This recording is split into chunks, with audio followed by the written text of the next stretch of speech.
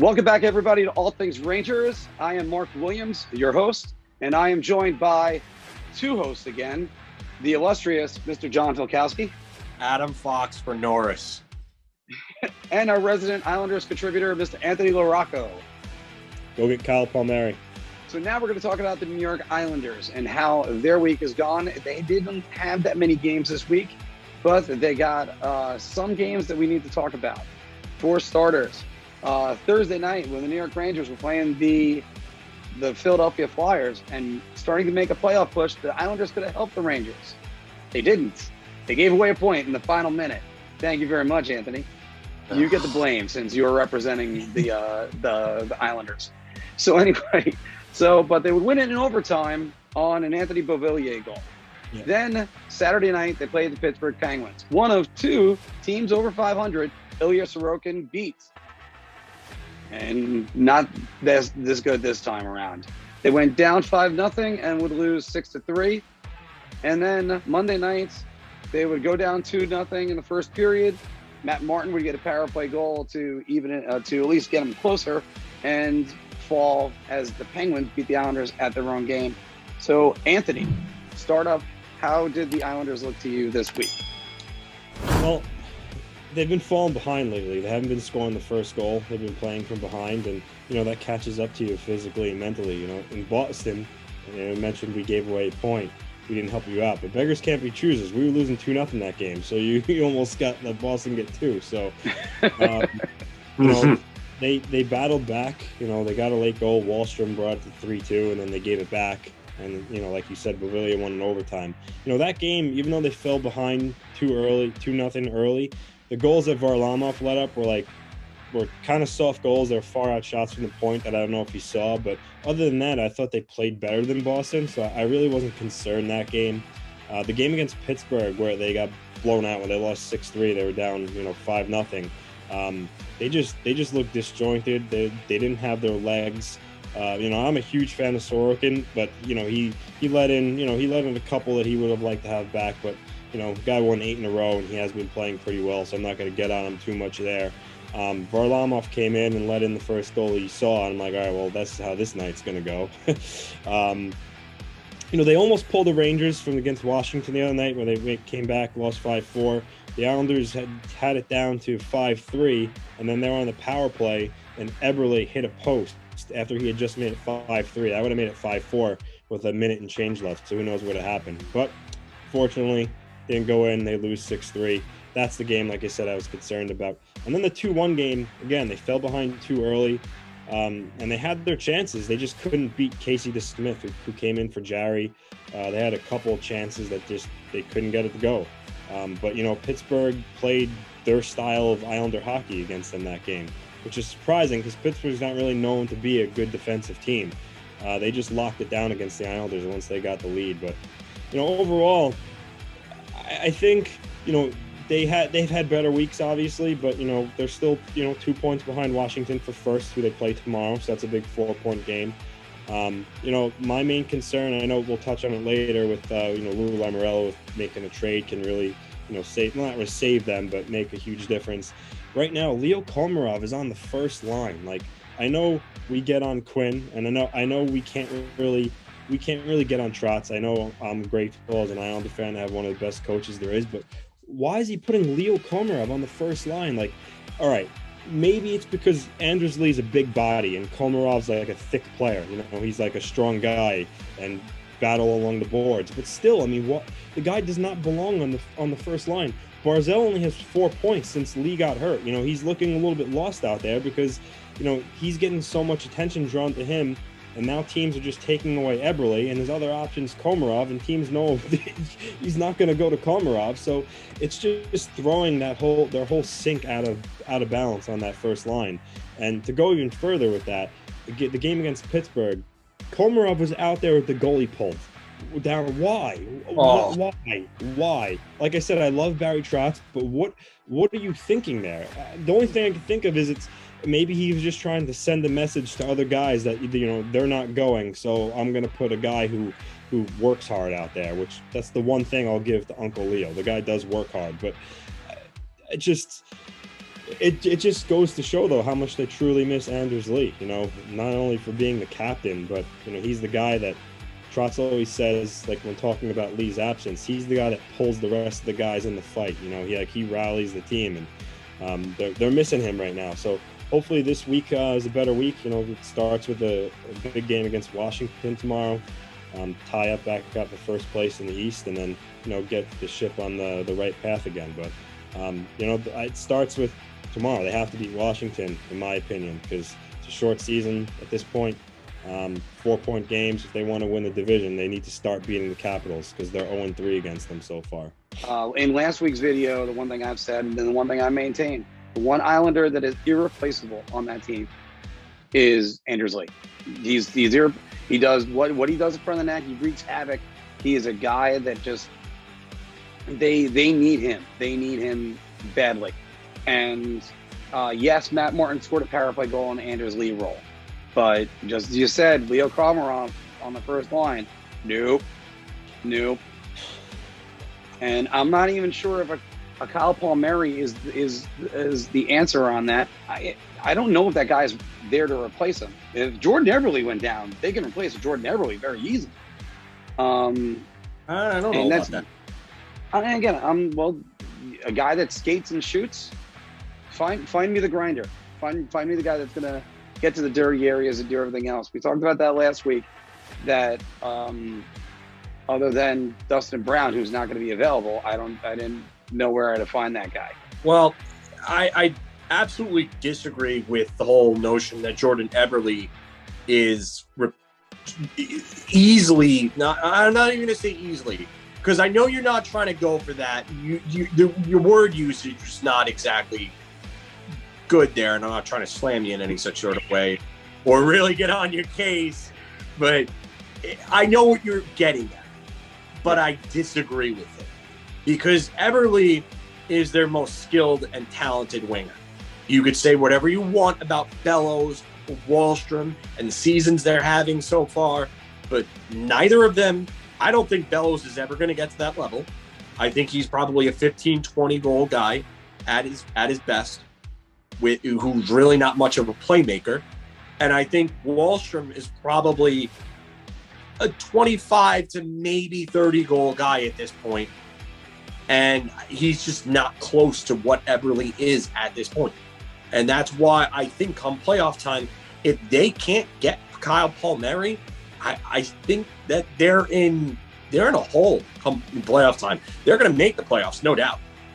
But I could see them easily being a first-round knockout if they don't address their scoring in some sort of way, because this team is clearly a different team when they're playing from behind.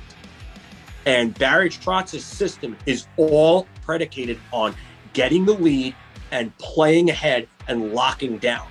And Anders Lee, you know what? Anthony knows this as much as anybody, because I've talked about this. I said Anders Lee would never be the same player after John Tavares left.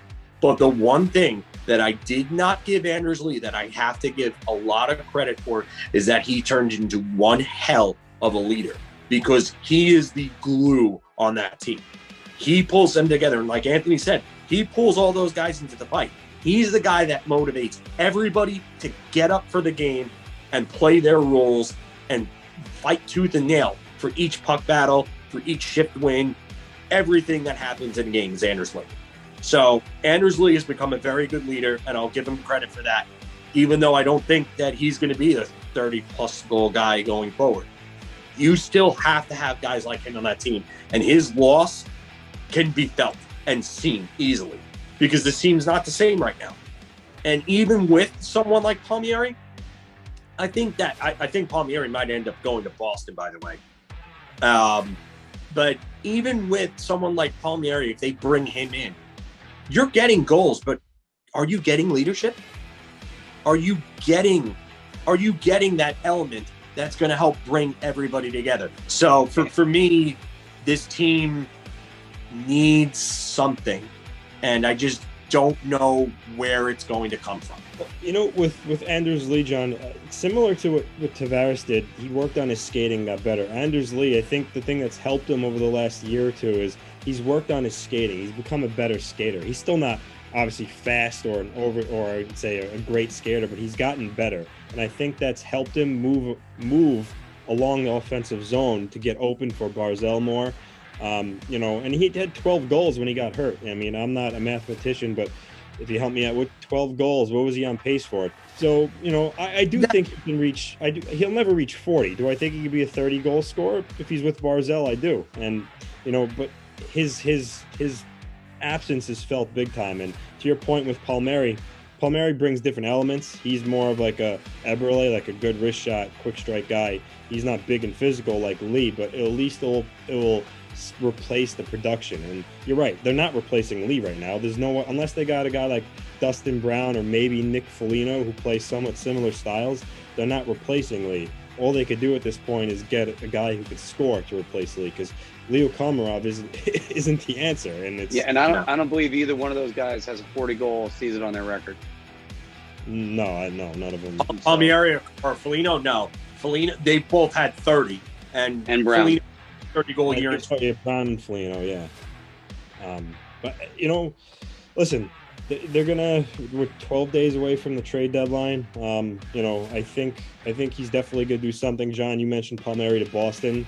He's been linked there, but fortunately, the Islanders have been as well. I think it'd probably be between Boston, the Islanders, maybe a team like Toronto, but I don't know if they're going to spend cap-wise, I don't know how they would make that work. But everybody's going to Boston everywhere, according to TSN. Yeah, because they need help. Boston needs. Do you think, or are you that confident, if the Islanders don't finish first overall, that they're going to be that they're going to be able to advance? Like, they're going to have time with the Pittsburgh or Washington? Yeah, because even though Pittsburgh got the better of them in the season series, they're done now. I still think the Islanders can beat Pittsburgh. I don't want to say easily, but I think they could beat them in a 7-game series. So I'm not really concerned about playing Pittsburgh in the first round. Washington's a little bit different because they have been really good this year, but I think as long as because before Lee got hurt, I was confident the Islanders could beat anybody in the 7-game series, as long as they can, get that score to at least replace his production, and then maybe pick up another depth, like a top 9 forward. I know they've talked about bringing Brassard back for the third line. This way, you get Del Call or Komarov out of the lineup for good. So if they could pick up that type of forward as well as Palmieri or Hall, I think they could beat Washington too in a 7-game series. I think their biggest thing right now is just making those moves sooner than later to get continuity with the team, chemistry. Because you saw last year when they got Pajot at the trade deadline, he came in learning Trotz's system. They actually didn't win a game with Pajot in the lineup until the bubble. They lost every game after they got him at the trade deadline. So I think the earlier they bring these guys in and make their moves will be better for the team in the long run.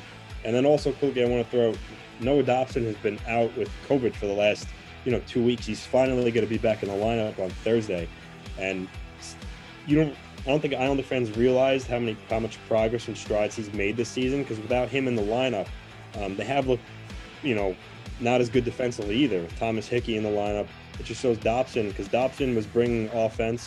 For a guy in the first year in the league, he had 12 points. I mean, he was probably on pace for a 20-point season in his first year in the league. For a young guy still learning the defensive side of the puck, I think that's pretty good. He jumps into play, he plays the power play, and he's been solid in his own zone too. So getting him back will be a huge welcome addition against Washington tomorrow if he's in the lineup. It's tough because as constructed, I don't think the Islanders, I don't think they win a series against Washington. That's a definite no for me. Pittsburgh, I don't know if I trust their goaltending, but if Evgeny Malkin is back and healthy for the playoffs, that's going to be a major problem for them, especially if Noah Dobson takes a while to really get back to where he was before COVID. So I don't know how I feel about Pittsburgh. I think that would probably be a 7-game slugfest between the two of them. And that's sorry not to cut you off, John, but that's another reason why I think the Islanders should make their move early, because I think Boston's probably looking at, because let's face it also too, there's not many players available come the deadline. So I think Boston's looking at these same players, Palmieri, Hall. If they pull the trigger and beat the Islanders to one of these players first, that or even Pittsburgh, that would be a huge loss. So they need to. So yeah, but they need to act. Another thing to watch out against Pittsburgh is their schedule is incredibly light the rest of the way. Even in that division, they're going to have a ton of games against the Devils and the Sabres, and I think Pittsburgh is winning the division now. Pittsburgh, to me, is such a surprise. It's so weird that when they brought in Kessel, they put Kessel on that third line, and that 2016 Penguins team was probably the deepest that they've had since the 93 Penguins team that the Islanders beat. But the Pittsburgh Penguins seem to play better when Sidney Crosby and Evgeny Malkin play with guys that really aren't anything special, that just kind of do what they tell them to do. Final word. I think the Islanders are still in good shape. Again, I mentioned before, they're 2 points out of first. They're playing Washington, the team they're behind, so it's a 4-point game. Not that it matters in the grand scheme of things, but they're still 2 points out for the President's Trophy. So the Islanders are still sitting pretty in good shape. They just, like I said, they just need to make that move, get some continuity back in their lineup. Again, no one's going to replace the lead, but a goal scorer will go a long way with getting them back on the track that they looked at, when they were in the midst of their 9-game winning streak, when they looked like they were, had a really good chance of winning the cup. So, it's still in good shape. So we'll just see. It starts with a good effort tomorrow against Washington. Well, what do you think? What's the Islanders' status to you?